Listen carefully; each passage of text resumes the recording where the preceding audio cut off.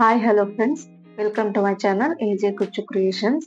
ಇವತ್ತು ಎರಡೇ ಸ್ಟೆಪ್ ಅಲ್ಲಿ ಹಾಕುವಂತ ಬ್ರೈಡಲ್ ಕ್ರೋಶಾ ಕುಚ್ಚು ಡಿಸೈನ್ ತೋರಿಸ್ಕೊಡ್ತಾ ಇದ್ದೀನಿ. ಅದಕ್ಕೆ 6 ಎಳೆ ದಾರನ ಗಂಟು ಹಾಕೊಂಡಿದ್ದೀನಿ. ಹಾಗೆ 10 ಅಥವಾ 11 ನಂಬರ್ ಕ್ರೋಶಾ ನೀಡಲ್ನ ತಗೊಂಡು ಬಟ್ಟೆಗೆ ಒಂದ್ಸಲ ಲಾಕ್ ಮಾಡ್ಕೊಳ್ತಾ ಇದ್ದೀನಿ. ಮಾಡಿ ಆದ್ಮೇಲೆ 4 ಚೈನ್ ಹಾಕೊಳ್ತಾ ಇದ್ದೀನಿ. 4 ಚೈನ್ ಹಾಕೊಂಡು ಬಟ್ಟೆಗೆ ಎಲ್ಲಿಗೆ ಬರುತ್ತೋ ಅಲ್ಲಿಗೆ ಲಾಕ್ ಮಾಡ್ಕೊಳ್ಬೇಕು. ಲಾಕ್ ಅಂತಂದ್ರೆ ಸಿಂಗಲ್ ಕ್ರೋಶಾ ಅಂತ ಕರಿತೀವಿ ಅದು. ಈಗ ಮತ್ತೆ ಇಲ್ಲಿಂದ 5 ಚೈನ್ ಮಾಡ್ಕೊಳ್ಬೇಕು. 5 ಅಥವಾ 6 ಮಾಡ್ಕೊಂಡ್ರೆ ಆಗುತ್ತೆ. ನಾನಿಲ್ಲಿ 5 ಚೈನ್ ಮಾಡ್ಕೊಂಡು ಎಲ್ಲಿಗೆ ಬರುತ್ತೋ ಅಲ್ಲಿಗೆ ಬಟ್ಟೆಗೆ ಲಾಕ್ ಮಾಡ್ಕೊಳ್ತಾ ಇದ್ದೀನಿ. ಈಗ ಒಂಚೂರು ದಾರನ ಮೇಲೆ ತಿಳ್ಕೊಂಡು ಒಂದು ಮೀಡಿಯಂ ಸೈಜ್ ರೌಂಡ್ ಬೀಡ್ ನ ಇನ್ಸರ್ಟ್ ಮಾಡ್ತಾ ಇದ್ದೀನಿ. ಬೇಕಿದ್ದಲ್ಲಿ ಕ್ರಿಸ್ಟಲ್ ಬೀಡ್ ನ ಕೂಡ ಇನ್ಸರ್ಟ್ ಮಾಡ್ಕೊಳ್ಬಹುದು. ಬೀಡ್ ಹಾಕಿ ಬೀಡ್ ಲಾಕ್ ಮಾಡಿ ಎಲ್ಲಿಗೆ ಬರುತ್ತೋ ಅಲ್ಲಿಗೆ ಬಟ್ಟೆಗೆ ಲಾಕ್ ಮಾಡ್ಕೊಳ್ತಾ ಇದ್ದೀನಿ. ನೀಡಲ್ ಹಾಕಿ ದಾರನ ಮೇಲೆ ತಿಳ್ಕೊಳ್ಬೇಕು. 2 ದಾರ ಸೇರಿ ಒಂದು ಮಾಡ್ಬೇಕು. ಈಗ ದಾರನ ಒಂಚೂರು ಮೇಲೆ ತಿಳ್ಕೊಂಡು ಸ್ಮಾಲ್ ಸೈಜ್ ರೌಂಡ್ ಬೀಡ್ ನ ಇನ್ಸರ್ಟ್ ಮಾಡ್ತಾ ಇದ್ದೀನಿ. ಬೀಡ್ ನ ಇನ್ಸರ್ಟ್ ಮಾಡ್ಕೊಳ್ಬೇಕು. ಬೀಡ್ ನ ಇನ್ಸರ್ಟ್ ಮಾಡಿ ಬೀಡ್ ಲಾಕ್. ಅದಾದ ನಂತರ ಬಟ್ಟೆನ ಉಲ್ಟಾ ತಿರ್ಗಿಸ್ಕೊಳ್ಬೇಕು. ಅದಾದ್ಮೇಲೆ ಮತ್ತೆ ದಾರನ ಮೇಲೆ ತಿಳ್ಕೊಂಡು ಮತ್ತೆ 4 ಸ್ಮಾಲ್ ಬೀಡ್ ನ ತಗೊಂಡಿದ್ದೀನಿ. ನೀವು ಬೇಕಿದ್ದಲ್ಲಿ ಒಂದೊಂದು ಕೂಡ ತಗೊಳ್ಬಹುದು. ಒಂದೇ ಸಲ ತಗೊಂಡ್ರೆ ಬೇಗ ಕೆಲಸ ಆಗತ್ತೆ. ಮತ್ತೆ ಬೀಡ್ ನ ಇನ್ಸರ್ಟ್ ಮಾಡಿ ಬೀಡ್ ಲಾಕ್ ಮಾಡ್ತಾ ಇದ್ದೀನಿ. ಮತ್ತೆ ಬೀಡ್ ಇನ್ಸರ್ಟ್ ಮಾಡಿ bead lock. Total 5 small size bead ನ ಇನ್ಸರ್ಟ್ ಮಾಡಿ ಬೀಡ್ ಲಾಕ್ ಮಾಡ್ಕೊಳ್ಬೇಕು. ಅಂದ್ರೆ ಒಂದು ಬೀಡು ಒಂದು ಲಾಕ್, ಒಂದು ಬೀಡು ಒಂದು ಲಾಕ್. 5 ಬೀಡ್ ಹಾಕಿದ್ದೀನಿ. ಈಗ ಈ ಮೀಡಿಯಂ ಸೈಜ್ ಅಂದ್ರೆ ಬೀಡ್ ನ ನಾವು ಇಲ್ಲಿ ಲಾಕ್ ಮಾಡ್ಕೊಳ್ತೀವಲ್ಲ ಅಲ್ಲಿಗೆ ಲಾಕ್ ಮಾಡ್ಕೊಳ್ತೀವಿ. ಬಟ್ಟೆಗೆ ಲಾಕ್ ಮಾಡ್ಕೊಳ್ತೀವಲ್ಲ ಅದ್ರ ಮೇಲೆಗೆ ಲಾಕ್.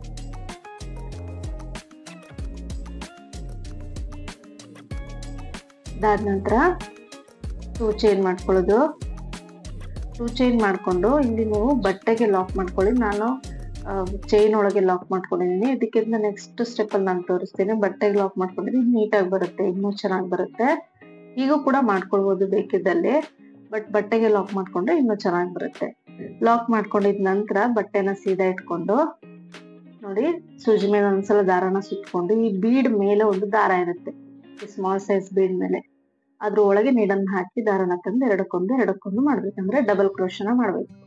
ಮತ್ತೆ ಸೂಜಿ ಮೇಲೆ ದಾರ ಸುತ್ಕೊಂಡು ಅದೇ ದಾರದೊಳಗೆ ಡಬಲ್ ಕ್ರೋಶನ ಮಾಡ್ಕೊಳ್ಬೇಕು. ಫಸ್ಟ್ ಬೀಡ್ ಮೇಲೆ ಮಾತ್ರ 2 ಡಬಲ್ ಕ್ರೋಶ ಮಾಡ್ಬೇಕು. ಯಾಕಂದ್ರೆ ಸ್ಟಾರ್ಟಿಂಗ್ ನಾವು 2 ಚೈನ್ ಮಾಡ್ಕೊಂಡಿರ್ತೀವಲ್ಲ ಅದು ಒಂದು ಕಂಬ ಅಂತ ಕನ್ಸಿಡರ್ ಆಗುತ್ತೆ. ಅದಾದ್ಮೇಲೆ ಮತ್ತೆ ಸೂಜಿ ಮೇಲೆ ದಾರನ ಸುತ್ಕೊಂಡು ನೆಕ್ಸ್ಟ್ ಸ್ಮಾಲ್ ಸೈಜ್ ಬೀಡ್ ಮೇಲೆ ಏನ್ ದಾರ ಇರುತ್ತೆ ಅದಕ್ಕೆ ಡಬಲ್ ಕ್ರೋಶನ ಮಾಡ್ಕೊಳ್ಬೇಕು. ಈಗ ಮತ್ತೆ ಸೂಜಿ ಮೇಲೆ ದಾರ ಸುತ್ಕೊಂಡು ಅದೇ ದಾರದೊಳಗೆ ಇನ್ನೊಂದು ಡಬಲ್ ಕ್ರೋಶನ ಮಾಡ್ಕೊಳ್ತಾ ಇದ್ದೀನಿ. ಮತ್ತೆ ಸೂಜಿ ಮೇಲೆ ದಾರನ ಸುತ್ಕೊಳ್ಳೋದು, ಮತ್ತೆ ಅದೇ ದಾರದೊಳಗೆ ನೀಡನ್ನು ಹಾಕಿ ದಾರನ ತಂದು ಎರಡಕ್ಕೊಂದು ಇಲ್ಲಿ 3 ಡಬಲ್ ಕ್ರೋಶನ ಮಾಡ್ಕೊಳ್ಬೇಕು. ಸ್ಟಾರ್ಟಿಂಗ್ 1 ಬೀಡಲ್ಲಿ ಮಾತ್ರ 2 ಡಬಲ್ ಕ್ರೋಶೆ, ಉಳಿದಂತ 4 ಬೀಡ್ಗಳಲ್ಲಿ 3 ಡಬಲ್ ಕ್ರೋಶೆಗಳನ್ನ ಹಾಕೊಂಡು ಹೋಗ್ಬೇಕಾಗತ್ತೆ. ಫಸ್ಟ್ ಬೀಡ್ಗೆ ಒಂಚೂರು ಕಷ್ಟ ಅನಿಸ್ಬೋದು, ದಾರ ಟೈಟ್ ಆಗಿದೆ ಅಂತ. ಮಿಕ್ಕಿದ್ದೆಲ್ಲ ಕೂಡ ಈಸಿಯಾಗಿ ಹಾಕೊಂಡು ಹೋಗ್ಬೋದು. ಈ ರೀತಿ ಪ್ರತಿಯೊಂದು ಬೀಡಿಗೂ 3 ಕಂಬ. ಸ್ಟಾರ್ಟಿಂಗ್ ಅಲ್ಲಿ ಮಾತ್ರ 2 ಕಂಬ ಮಾಡ್ಕೊಂಡು ಲಾಸ್ಟ್ ಅಲ್ಲಿ ಸೂಜಿ ಮೇಲೆ ದಾರನ ಸುತ್ಕೊಂಡು ಇಲ್ಲಿ ನಾವು ಬೀಡ್ ಬಟ್ಟೆಗೆ ಲಾಕ್ ಮಾಡ್ಕೊಂಡಿರ್ತೀವಲ್ಲ ಅಲ್ಲಿಗೆ ನೀಡನ್ನ ಹಾಕಿ ಒಂದು ಡಬಲ್ ಕ್ರೋಶನ ಮಾಡ್ಕೊಳ್ಬೇಕು. ಎರಡಕ್ಕೊಂದು. ಯಾಕಂದ್ರೆ ಸ್ಟಾರ್ಟಿಂಗ್ ಅಲ್ಲಿ ಯಾವ ರೀತಿ ಬಂದಿದೆಯೋ ಅದೇ ರೀತಿ ಇಲ್ಲಿ ಕೂಡ ಫಿನಿಶಿಂಗ್ ಬರೋದಕ್ಕೋಸ್ಕರ ಈ ರೀತಿ ಮಾಡ್ಕೊಳ್ತಾ ಇದ್ದಾರೆ. ಈ ರೀತಿಯಾಗಿ ಕಾಣಿಸುತ್ತೆ. ಅದಾದ ನಂತರ ಎಲ್ಲಿ ಬರುತ್ತೆ ಅಲ್ಲಿಗೆ ಬಟ್ಟೆಗೆ ಲಾಕ್ ಮಾಡ್ಕೊಳ್ಬೇಕು.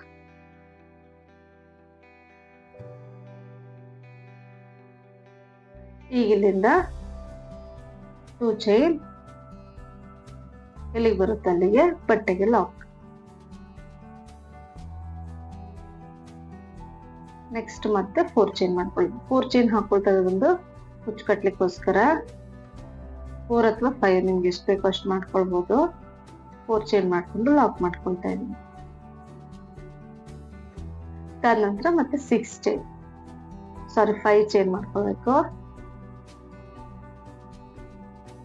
5 ಚೈನ್ ಮಾಡ್ಕೊಂಡು ಎಲ್ಲಿ ಬರುತ್ತೋ ಅಲ್ಲಿಗೆ ಲಾಕ್.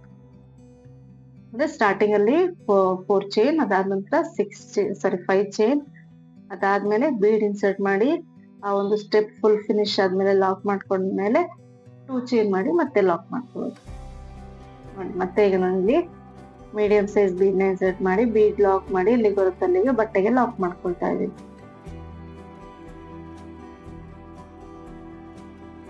ಅದಾದ ನಂತರ ಈಗ ಸ್ಮಾಲ್ ಸೈಜ್ ಬೀಡ್ ನ ಇನ್ಸರ್ಟ್ ಮಾಡ್ಬೇಕು. ದಾರನ ಮೇಲೆ ತಿಳ್ಕೊಂಡು ಸ್ಮಾಲ್ ಸೈಜ್ ಬೀಡ್ ಇನ್ಸರ್ಟ್ ಮಾಡಿ ಬೀಡ್ ಲಾಕ್ ಮಾಡ್ಕೊಳ್ಳೋದು. ಬಟ್ಟೆನ ಉಲ್ಟಾ ತಿರುಗಿಸ್ಕೊಳ್ಬೇಕು. ತಿರುಗಿಸ್ಕೊಂಡು ಮತ್ತೆ 5 ಬೀಡ್ಗಳನ್ನ ಇನ್ಸರ್ಟ್ ಮಾಡಿ ಲಾಕ್ ಮಾಡ್ಕೊಳ್ಬೇಕು. ಒಂದೊಂದೇ ಬೀಡ್ನ ಟೋಟಲ್ ಆಗಿ 5 ಬೀಡ್. ಒಂದು ಬೀಡ್ ಇನ್ಸರ್ಟ್ ಮಾಡೋದು, ಬೀಡ್ ಲಾಕ್, ಮತ್ತೆ ಒಂದು ಬೀಡ್ ಇನ್ಸರ್ಟ್ ಮಾಡಿ. ಇದು ನೀವು ಬೀಡ್ ಲಾಕ್ ಮಾಡೋ ಟೈಮಲ್ಲಿ ಸ್ವಲ್ಪ ಲೂಸ್ ಆಗಿ ಮಾಡ್ಕೊಳ್ಬೇಕಿಲ್ಲ ಅಂತಂದ್ರೆ ನೆಕ್ಸ್ಟ್ ದಾರದ ಮೇಲೆ ಡಬಲ್ ಕ್ರೋಶೆ ಮಾಡೋಕೆ ಸ್ವಲ್ಪ ಕಷ್ಟ ಅನ್ಸುತ್ತೆ, ದಾರ ಮೇಲೆ ಬರೋದಿಲ್ಲ. ಹಾಗಂತ ತುಂಬಾ ಲೂಸ್ ಆಗಿ ಕೂಡ ಮಾಡ್ಕೊಳ್ಬೇಡಿ, ತುಂಬಾ ಗ್ಯಾಪ್ ಕಾಣಿಸುತ್ತೆ. ಈ ರೀತಿ ಆದ್ಮೇಲೆ ಇಲ್ಲಿ ಬೀಡ್ ಪಕ್ಕ ಬಟ್ಟೆಗೆ ಲಾಕ್ ಮಾಡ್ಕೊಂಡಿರ್ತೀವಲ್ಲ ಅದ್ರ ಮೇಲೆ ಲಾಕ್ ಮಾಡ್ಕೊಳ್ಬೇಕು. ಇದೆಲ್ಲ ಹಾಕಿ ದಾರನ ತಂದು 2 ದಾರ ಸೇರಿ ಒಂದ್ ಮಾಡ್ಕೊಳ್ಬೇಕು.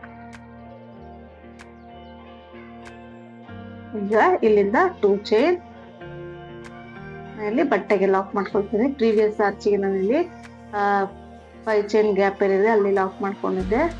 ನೀವು ಈ ತರ ಬಟ್ಟೆಗೆನೆ ಲಾಕ್ ಮಾಡೋದು ಇನ್ನು ಚೆನ್ನಾಗಿ ಬರುತ್ತೆ.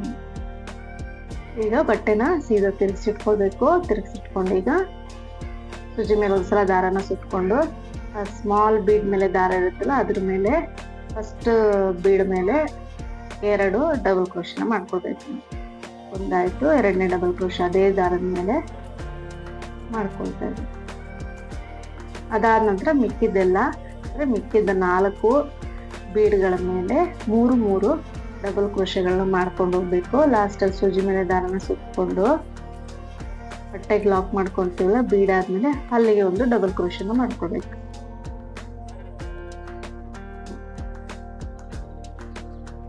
ಈ ರೀತಿ ಈಗ ಬಟ್ಟೆಗೆ ಎಲ್ಲಿಗೆ ಬರುತ್ತೆ ಅಲ್ಲಿಗೆ ನೋಡ್ಕೊಂಡು ಸಿಂಗಲ್ ಕ್ರೋಶೆ ಮಾಡ್ಕೊಳ್ಳೋದು.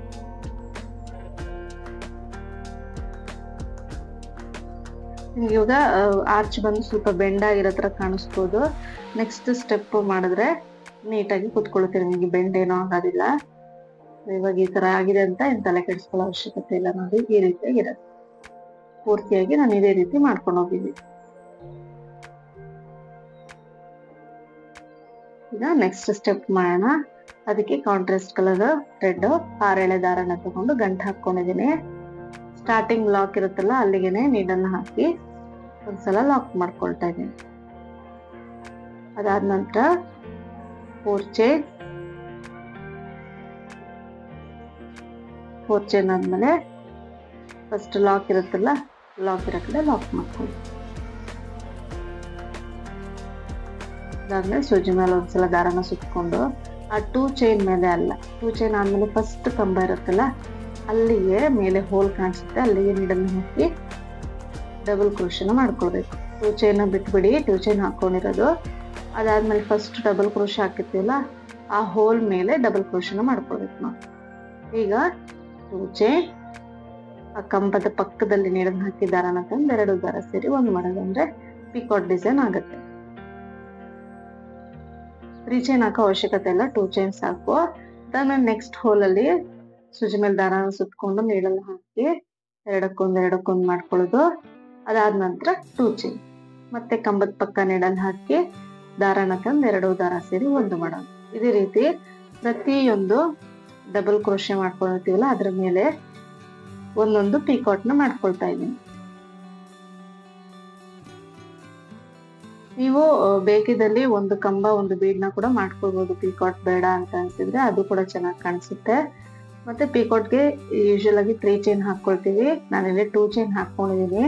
3 ಚೈನ್ ಹಾಕೊಂಡ್ರೆ ತುಂಬಾ ಒಂಥರ ಡಿಸೈನ್ ತುಂಬಾ ಸುಕ್ ಬಂದ್ಬಿಡುತ್ತೆ, ನೆರಿಗೆಗಳು ಬಂದ್ಬಿಡುತ್ತೆ. ಅದಕ್ಕೋಸ್ಕರ ಇದೇ ರೀತಿ ಪ್ರತಿಯೊಂದು ಡಬಲ್ ಕ್ರೋಶದ ಮೇಲೆ ಒಂದೊಂದು ಪಿಕಾಟ್ ನ ಮಾಡ್ಕೊಂಡು ಹೋಗ್ಬೇಕಾಗುತ್ತೆ. ನೋಡಿ ಇವಾಗ ನಿಮ್ಗೆ ಫಸ್ಟ್ ಸ್ಟೆಪ್ ಅಲ್ಲಿ ನಿಮ್ಗೆ ಬೆಂಡ್ ಆಗಿರೋ ತರ ಇರುತ್ತೆ. ಇವಾಗ ಪರ್ಫೆಕ್ಟ್ ಆಗಿ ಬರುತ್ತೆ ಆರ್ಚ್ ಸ್ಟಿಫ್ ಆಗಿ. ಈಗ ಅಷ್ಟಾದ್ಮೇಲೆ ನೆಕ್ಸ್ಟ್ ಲಾಕ್ ಇರುತ್ತಲ್ಲ ಅಲ್ಲಿಗೆ ಲಾಕ್ ಮಾಡ್ಕೊಳ್ಳೋದು. ಅದಾದ ನಂತರ 4 ಚೈನ್ ಲಾಕ್ ಇರೋ ಕಡೆ ಲಾಕ್ 4 ಅಥವಾ 5 ನಿಮ್ಗೆ ಎಷ್ಟು ಇಡ್ಸುತ್ತೋ ಅಷ್ಟು ನೋಡ್ಕೊಂಡು ಮಾಡ್ಕೊಳ್ಳಿ. ನಲ್ಲಿ 5 ಚೈನ್ ಹಾಕೊಂಡು ಲಾಕ್ ಮಾಡ್ಕೊಳ್ತೇನೆ. ಕುಚ್ಕೊಟ್ಟೋದಕ್ಕೋಸ್ಕರ ಇದು ನೋಡಿ ನೀಟಾಗಿ ಕುತ್ಕೊಂಡಿದೆ. ತುಂಬಾ ಚೆನ್ನಾಗಿ ಬರುತ್ತೆ ಡಿಸೈನ್ ನೋಡಿ, ನೀಟಾಗಿ ಕಾಣಿಸುತ್ತೆ. ತುಂಬಾ ಬೇಗನ ಹಾಕ್ಬಿಡ್ಬೋದು ಡಿಸೈನ್ ನೋಡಿ. ಮತ್ತೆ ಸೂಜಿ ಮೇಲೆ ದಾರನ ಸುತ್ಕೊಂಡು 2 ಚೈನ್ ಹಾಕಿರೋದನ್ನ ಬಿಟ್ಟು ಫಸ್ಟ್ ಡಬಲ್ ಕ್ರೋಶೆ ಮೇಲೆ ಹೋಲ್ ಇರುತ್ತಲ್ಲ ಅದ್ರ ಮೇಲೆ ನೀಡಲ್ನ ಹಾಕಿ ದಾರನ ಮೇಲೆ ತಿಳ್ಕೊಳ್ಬೇಕು. ಎರಡಕ್ಕೊಂದು ಮಾಡ್ಕೊಳ್ಬೇಕು. ಈಗ 2 ಚೈನ್ ಕಂಬದ ಪಕ್ಕದಲ್ಲಿ ನೀಡಲ್ ಹಾಕಿ ದಾರನ ತಂದು 2 ದಾರ ಸೇರಿ ಒಂದ್ ಮಾಡ್ಬೇಕು. ಇದೇ ರೀತಿ ಪ್ರತಿಯೊಂದು ಕಂಬದ ಮೇಲೂ ಕೂಡ ಒಂದು ಪೀಕಾಟ್ ನ ಕಂಟಿನ್ಯೂ ಮಾಡ್ಕೊಂಡು ಹೋಗ್ಬೇಕು ಅಷ್ಟೇ. ನಿಮ್ಗೆ ಕೌಂಟಿಂಗ್ಸ್ ಅರ್ಥ ಆಗಿದೆ ಅಂತಂದ್ರೆ ತುಂಬಾ ಈಸಿಯಾಗಿ ಮಾಡ್ಕೊಂಡು ಹೋಗ್ಬೋದು ಡಿಸೈನ್. ಯಾವುದೇ ಕ್ರೋಶಾ ಡಿಸೈನ್ಸ್ ಅಂದ್ರೂ ಕೌಂಟಿಂಗ್ ಬಂದು ಪರ್ಫೆಕ್ಟ್ ಆಗಿರ್ಬೇಕು. ಈ ರೀತಿ 2 ಚೈನ್ ಮಾಡ್ಕೊಂಡು ಕಂಬದ ಪಕ್ಕದಲ್ಲಿ ನೀಡಲ್ ಹಾಕಿ ಲಾಕ್ ಮಾಡ್ಕೊಳ್ಳೋದು. 2 ಸೇರಿ ಒಂದ್ ಮಾಡೋದು. ಈ ರೀತಿ ಪೂರ್ತಿಗೆ ಹಾಕಿದೀನಿ ನೋಡಿ, ತುಂಬಾ ನೀಟಾಗಿ ಕಾಣಿಸ್ತಾ ಇದೆ. ಕಲರ್ ಕಾಂಬಿನೇಷನ್ ಅಂತೂ ಇನ್ನೂ ಚೆನ್ನಾಗಿ ಕಾಣಿಸ್ತಾ ಇದೆ. ಈ ರೀತಿ ಫಿಂಗರ್ ಅಡ್ಜಸ್ಟ್ ಮಾಡೋದಾಯ್ತು. ಈಗ ನೆಕ್ಸ್ಟ್ ಅಲ್ಲಿ ಲಾಕ್ ಇರುತ್ತಲ್ಲ ಅದ್ರ ಮೇಲೆಗೆ ನೀಡಲ್ನ ಹಾಕಿ ದಾರನ ತಂದು 2 ದಾರ ಸೇರಿ ಒಂದು ಮಾಡೋದು. ಇದಕ್ಕೆ ನೀವು ಸ್ಟೋನ್ ಚೈನ್ ಅಥವಾ ಗೋಲ್ಡನ್ ಬಾಲ್ ಚೈನ್ ಸ್ಟಿಕ್ ಮಾಡ್ಬೇಕನ್ನೋ ಅವಶ್ಯಕತೆ ಏನಿಲ್ಲ. ಬೇಕಿದ್ರೆ ಸ್ಟಿಕ್ ಮಾಡ್ಕೊಳ್ಬಹುದು, ಇನ್ನೂ ಚೆನ್ನಾಗಿ ಕಾಣಿಸುತ್ತೆ. ಫೈನಲ್ ಆಗಿ ಈ ರೀತಿಯಾಗಿ ಕಾಣಿಸುತ್ತೆ ನೋಡಿ ಡಿಸೈನ್. ತುಂಬಾ ನೀಟಾಗಿ ಬರುತ್ತೆ ಫಿನಿಶಿಂಗ್. ಬಿಗಿನರ್ಸ್ ಕೂಡ ಈ ಡಿಸೈನ್ ಟ್ರೈ ಮಾಡ್ಬೋದು. ಬ್ರೈಡಲ್ ಡಿಸೈನ್ 2 ಸ್ಟೆಪ್ ಅಲ್ಲಿ ತೋರಿಸ್ಕೊಟ್ಟಿದೀನಿ. ಇದಕ್ಕೆ 137 ದಾರನ ಕುಚ್ ಕಟ್ಕೊಂಡಿದೀನಿ. ನೀವು 120 157 ದಾರನ ಕುಚ್ ಕಟ್ಕೊಳ್ಬಹುದು. ಕುಚ್ ಕಟ್ಟದ್ಮೇಲೆ ಈ ರೀತಿಯಾಗಿ ಕಾಣಿಸುತ್ತೆ ಡಿಸೈನ್.